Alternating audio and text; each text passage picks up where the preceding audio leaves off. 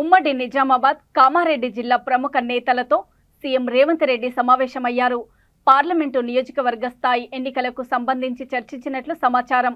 ఈ సమావేశంలో ప్రభుత్వ సలహాదారు, కామారెడ్డి కాంగ్రెస్ సీనియర్ నేత మహమ్మద్ షబ్బీర్ అలీ, నిజామాబాద్ పార్లమెంటు అభ్యర్థి Jeevan Reddy, PCC working president MLC Mahesh Kumar Goud, మాజీ మంత్రి సుదర్శన్ రెడ్డి పాల్గొన్నారు.